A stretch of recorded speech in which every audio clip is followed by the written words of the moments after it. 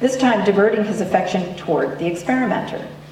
It was very clear at this stage that Jack was actually knowingly playing with the experimenter and sharing his enjoyment with him while standing in front of the robot, imitating movements for the robot to mirror.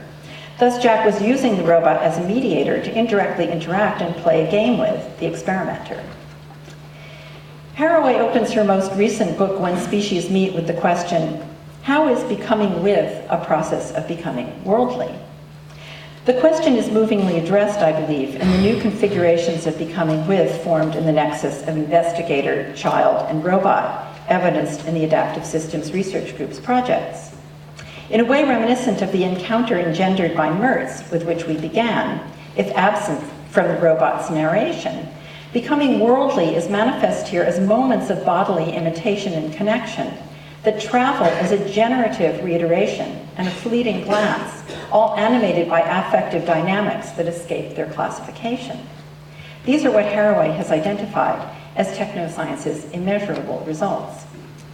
Having provided my demonstrations, I turn in closing to the question, what different kind of movements do these various demonstrations affect? The answer is tied to how each moves us as witnesses. For myself, this involves, and I gather from you as well, some manner of delight at the encounter of human and robot in the wild contingencies of a public space, where risks are taken beyond the bounds of the script. Deep distress, on my own part at least, at witnessing the revival of anachronistic but still powerful modes of psychologizing in the figure of the laboratory robot as model organism. And admiration and hope in the case of a robotically enhanced therapy in the autistic child's playroom. These configurations differently corporealize the bodies of persons and robots through their embedding in particular spaces, stories, and interactive encounters. I'm interested in the revitalized histories, lively presence, and imagined futures that comprise the objectivity of these subjects. Given recent demonstrations of the many ways in which things participate with us, I would emphasize the proposition that they must be allowed to do so in their own particular ways. More than humanoid machines, we need creative elaborations of the particular dynamic capacities that new materialities afford, and of the ways that through them, humans and non-humans together can perform different intelligibilities. These are avenues that have just begun to be explored in new media arts and in rarer cases in systems design and robotics.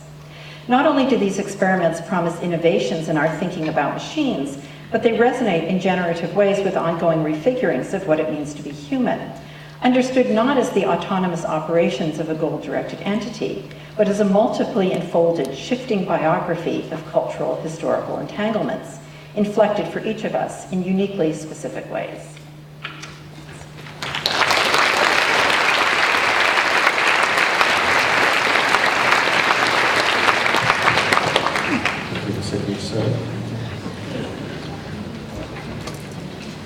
What's that? Give Steve one. Okay, moving right along. Now we are going to save the, do not use the exit in the corner there, or this one, please, or we'll have the security people here.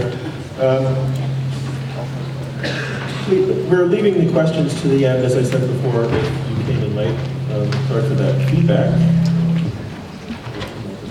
So it's my pleasure to introduce Steve Woolgar. He's going to be talking about a very different type of innovative technology, mundane technology, something we often don't think of as technology at all. And Steve, of course, is a professor of marketing at the Said Business School at Oxford University. Here he is. Thanks very much, Mike. It's a brilliant lineup, and I'm absolutely delighted to be invited to be part of this. But now it's me. And I'm going to be talking, this is my tie acting with mundane technology, some examples of disruption. Now, the material I'm going to be talking about is drawn from a project which I've been working on with Dan Nayland, who's sitting over there. And we call this Mundane Governance.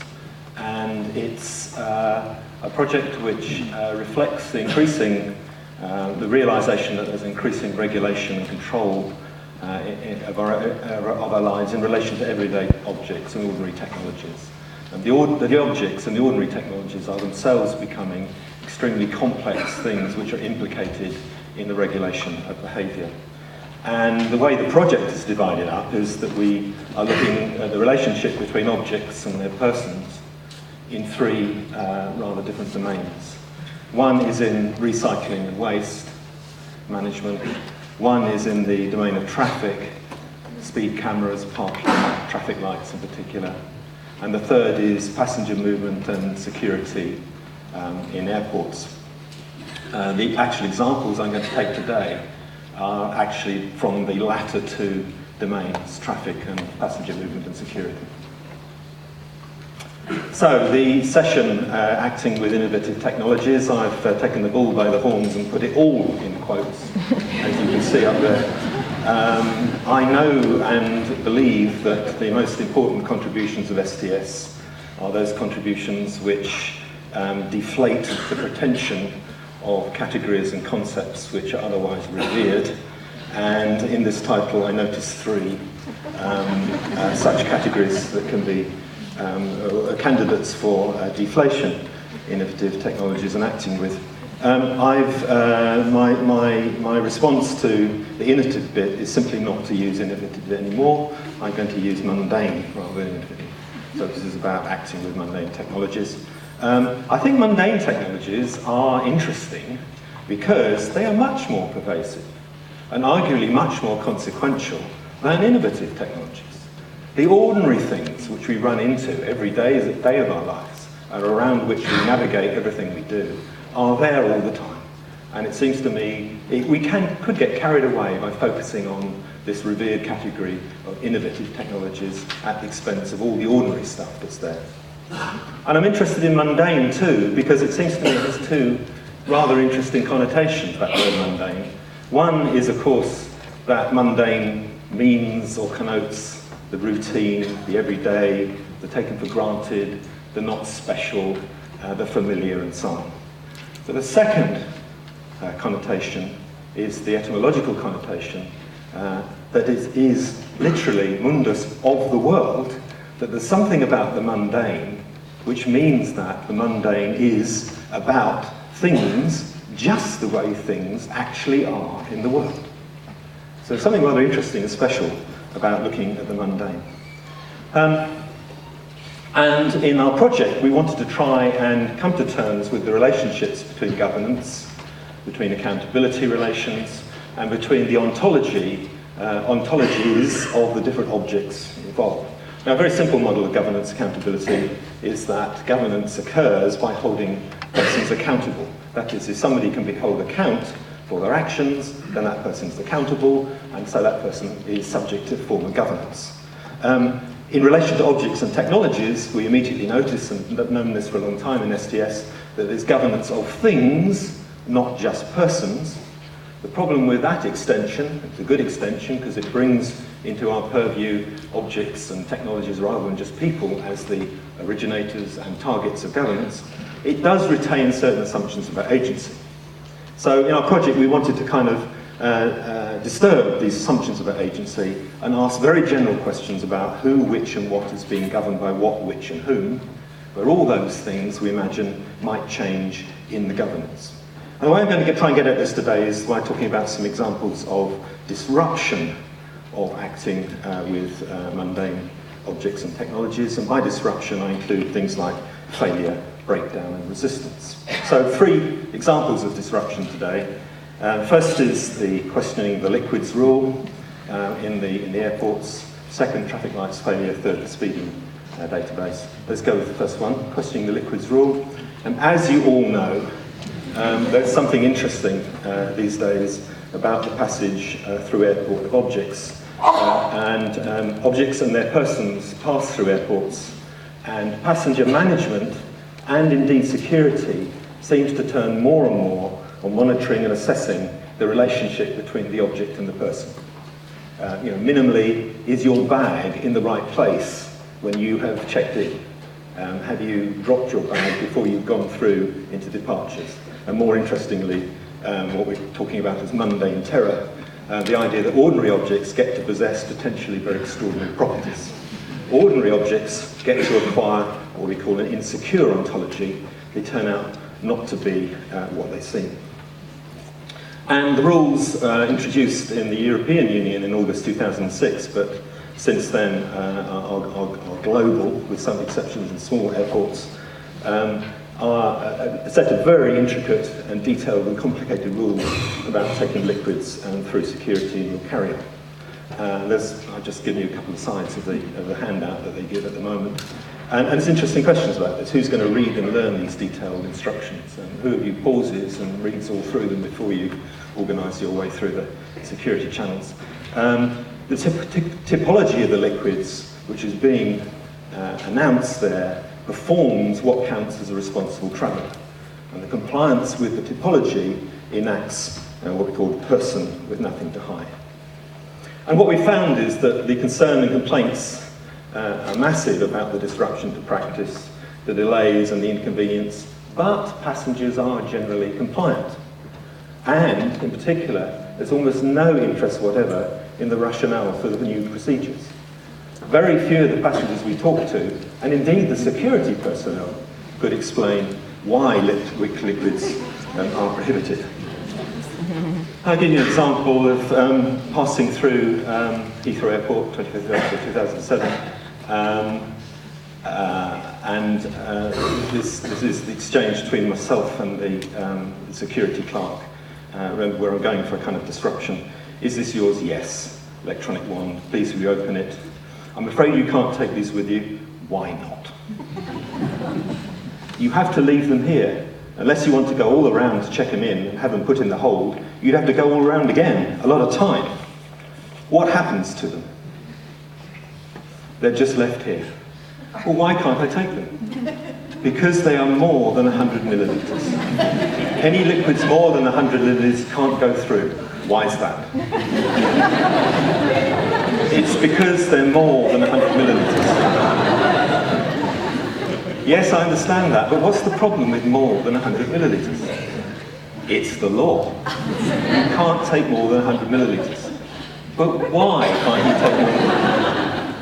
I have to say, performing this breach takes massive courage, and picture the line of 30 passengers behind you. Who is this Egypt? Why can't you? I don't know, it's just the law. It's the DFT, okay? And the pressure's too much. Okay, sir, thank you very much. So, it's clear that questions about the new practice are treated as being difficult and awkward and out of line. The character of the mundane object is treated as known, obvious, ordinary, natural, and normal. It's just the way it is. It is, after all, just a liquid. And questions about it are inappropriate. In particular, the security clerk is not accountable, and the breach, my attempted breach, amounts to challenging the accountability relations, which should be taken for granted. Considerable efforts required to pursue the breach, as I said before. I want to mention just something that also occurred, which I call an inadvertent breach. This was perpetrated in the course of some of the field work. I want to read you the excerpt from the field notes. On my return trip from Schiphol to Birmingham, I tried to set up by now standard altercation with security clerks by secreting a 500 millilitre plastic water bottle in my carry-on luggage. Since it contained barely 50 millilitres of water, I thought I'd use this marginal object to challenge the rationale for the rule. Containers of more than 100 millilitre capacity are prohibited. And I'm delighted to bring you this exhibit today. Here is the 500 millilitre capacity bottle, and you will see that there's barely 50 millilitres of water in it. On this occasion, I know that usually sets up all sorts of interesting discussions, but on this occasion, to my great disappointment, the offending item was not spotted. So it came with me in my carry-on bag onto the plane. And I then decided, since it was not full flight, to interview a random selection of passengers about their views on the new security rules, and I ended each discussion by showing them my 500 millilitre plastic bottle with about 50 millilitres water in it. I had intended that this would be in the spirit of bonhomie about the general absurdity of the rules, that we agree how silly they were and so on. Instead, the mood changed dramatically. Each looked anxiously from the bottle to me and back again. Is this a scary object, I asked jokingly. Yes, they said, it's very scary. They didn't know what was in there. One person said I seemed all right, but maybe I was just a good actor. Another said, my particular bottle may be okay, but what about all the others on the plane that have got through undetected? So I was amazed that merely drawing attention to the bottle, which action, acting with, I now see as revealing the bottle, or perhaps even as brandishing the bottle, generated a chilling turn in the interaction and a striking inversion of the tacit assumptions in the interaction up to that moment. I didn't anticipate how stunning would be the change in mood, and in retrospect, it seems a pretty stupid thing to have done. But of course, importantly, the sense of the stupidity derives directly from my not appreciating what, after all, the object had become, that the bottle had transposed from an ordinary object to one of potential terror. Okay, now I want to talk about traffic lights failure. I'm particularly interested here in examples where the breakdown of traffic lights occasions an actual improvement in the traffic flow. And there is an interesting mini-genre of such examples. By chance, and entirely in keeping with the happenstance methodology which informs our immersed investigation of pervasive mundane phenomena, a colleague of ours, James Tansey, experienced a traffic lights failure in a road junction immediately outside the business school in Oxford, and he took the opportunity to video record the passage of traffic during this time. At about 8:50 on the 30th of March 2006, he made a first video of 3 minutes 46 seconds. About half an hour later, when the lights were working again, he made a second video, 2 minutes 19 seconds. James said, I took the video because I had to cycle across the junction from west to east. I noticed that it was much less congested that morning, and it wasn't until I was halfway across that I noticed that the lights were out.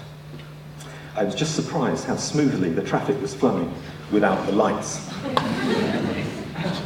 Now I'm going to, no, it's a Mac.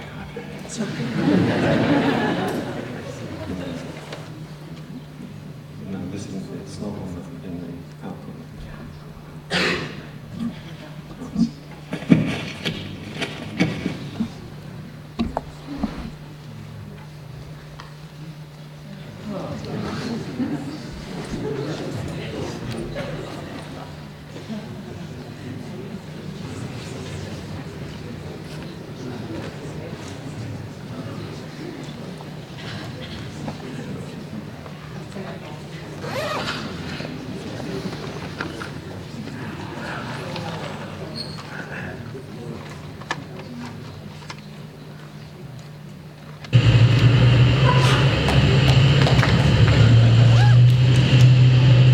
This is the video with no lights.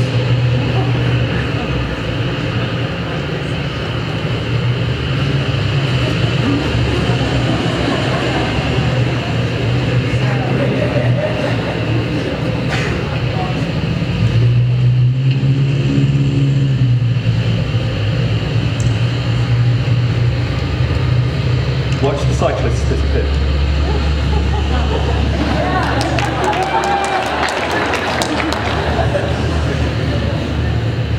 Okay, enough of that. And then the one with the lights.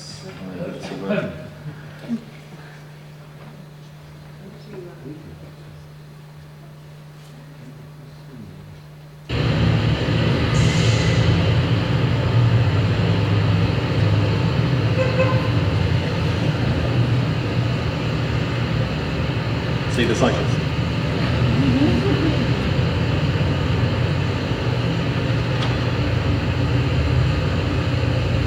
Okay, that's enough of that. How do I get back to this? Yeah.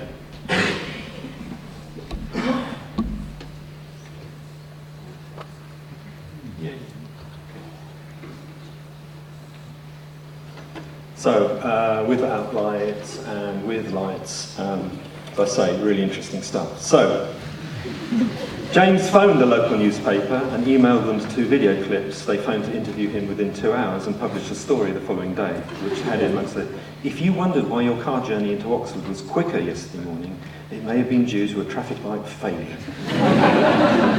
Video footage shows motorists passing smoothly through the square where 7 roads meet during the blackout. But minutes after power was restored, traffic was queuing.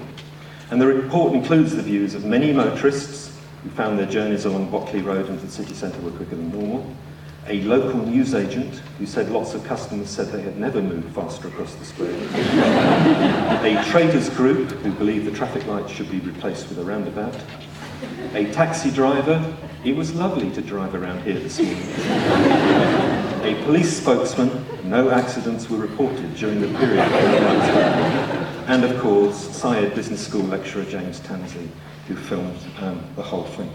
So I think what's interesting about these things is, if you look at them, there's obviously not time to sort of go into depth about what they're really showing and how you make interpretations and so on, but the narratives of breakdown and its analysis are organised around a redistribution of accountability.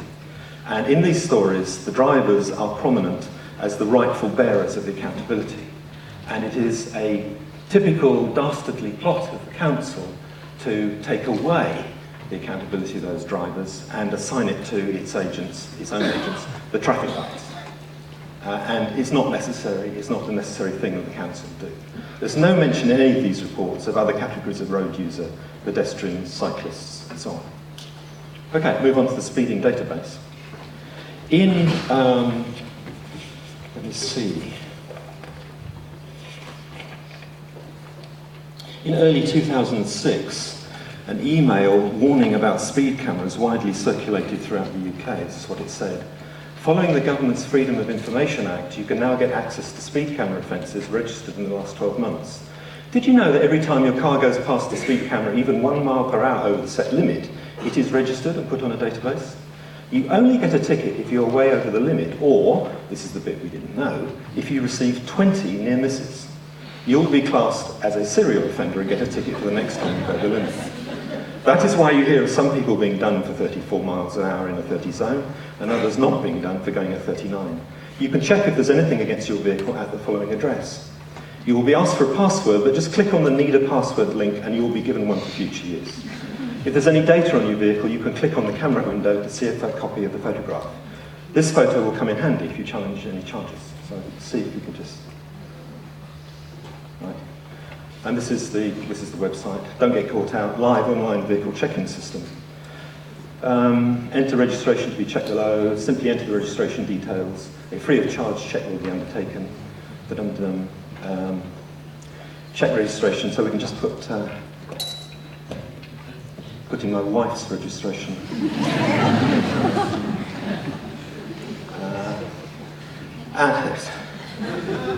Vehicle Y802FBW has recent speed offences registered against it. Search completed Wednesday, 20th of August, 2008.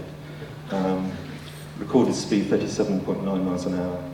County Cambridge, Town Cambridge A1303, and so on. Image available, click to view.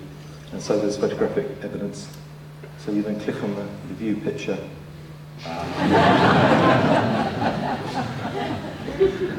Yep, it says, you've been set up. You can also set your mates up easily. Just click on the image on the right, fill in the mailer, it's simple, don't get caught out. Now, what's so interesting about this, I think, many interesting things about this, the popularity of this website is suggested by the claim posted in April 2006 that 2 million people visit this site monthly. And the fact that at some later point in 2006, the domain name for the spoof seems to have been sold to a genuine information company. Visitors were invited to have a say, and a huge number of comments and reactions were posted to the site. Between 16th of April and 21st of April, 16th of January and 21st of April 2006, 1,128 messages running to 50 pages were posted on the e-database guest book. And just to give you a sample of some of those, they were overwhelmingly positive. Brilliant. Enjoyed that very much. Nice one. Got me good and proper. Well done. Fantastic. Best laugh I've had in ages. You wankers. You got it. Bastards. I got caught too. Can I sit down and take my half pills now, please? Phew. Oh my God, you got me good. Very funny, and so on and so forth. And what's so interesting is that the consternation which this obviously caused had major ramifications within local friendship and family relationships. So the other comments there was, had the wife worried? I got really worried. My husband drives the car, and when I seen where the photo was meant to be taken, I wondered what he'd been up to. Load of laughs. Brilliant. Got all the family. My wife was in a right tiz since she'd never get to Middlesbrough. I told her, photos don't lie. Divorce proceedings underway. This is a nice one. I had my mother standing next to me when I loaded it, so I panicked and shut the screen down, thinking I got caught out. Completely fell for it. Very amusing. Blamed my hubby at first, went mad, then looked at the picture, grovelling still now, and so on. So I thought it was quite interesting about this spoof, that it evokes fears about who knows what about whom and what, about what information there is about you and your object, that is the car, out there. And the notion is that others know more about your object than you do, and that information is known and available to you through the site. It particularly plays on the availability of photographic evidence, and in the UK at least, what's quite interesting about getting a speeding ticket is that they say there is photographic evidence, but they almost never, in fact they never send you the photographic evidence in the first charge that you get. So there's a widespread communal sharing of this joke, and the disruption, it seems to me, is about disrupting associated networks of accountabilities which go on. Okay, just to bring it to a conclusion. It seems to me that this whole idea of acting with is immensely rich and complex, and the acting with, one is enacting the particular ontologies of the thing that's doing the acting, the thing that's being enacted with. In disruption, you can see this very visibly. It's the discourse of disruption and breakdown depends on the redistribution of accountability relations, and the reconstitution of which are, after all, the key entities at stake. So I want to say that the enactment of accountability relations mutually engenders the enactment of ontologies. And that's why we have a very general and important question: who, which, and what is being governed by what, which, and whom. And what I so like about this work is it seems to me that it suggests an alternative way into governance, whereas many theories of governance don't talk about objects, they don't talk much about technologies. They talk mostly about the social relations between people, between agencies. They talk about the number of adequate representations on committees. This gives us an alternative way of coming at governance, I think perhaps a much stronger perspective on governance. Governance thought of as the continuous recursive intertwining of ontologies and accountability. Thank you.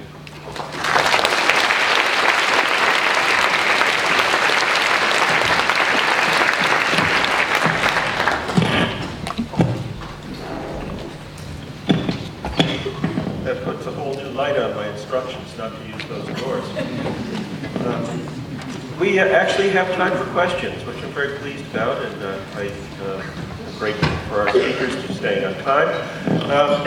When you have a question, raise your hand high so that I can see you, and wait for a second while the runners bring the microphones to you. So, who wants to start? Oh, come on, don't be shy.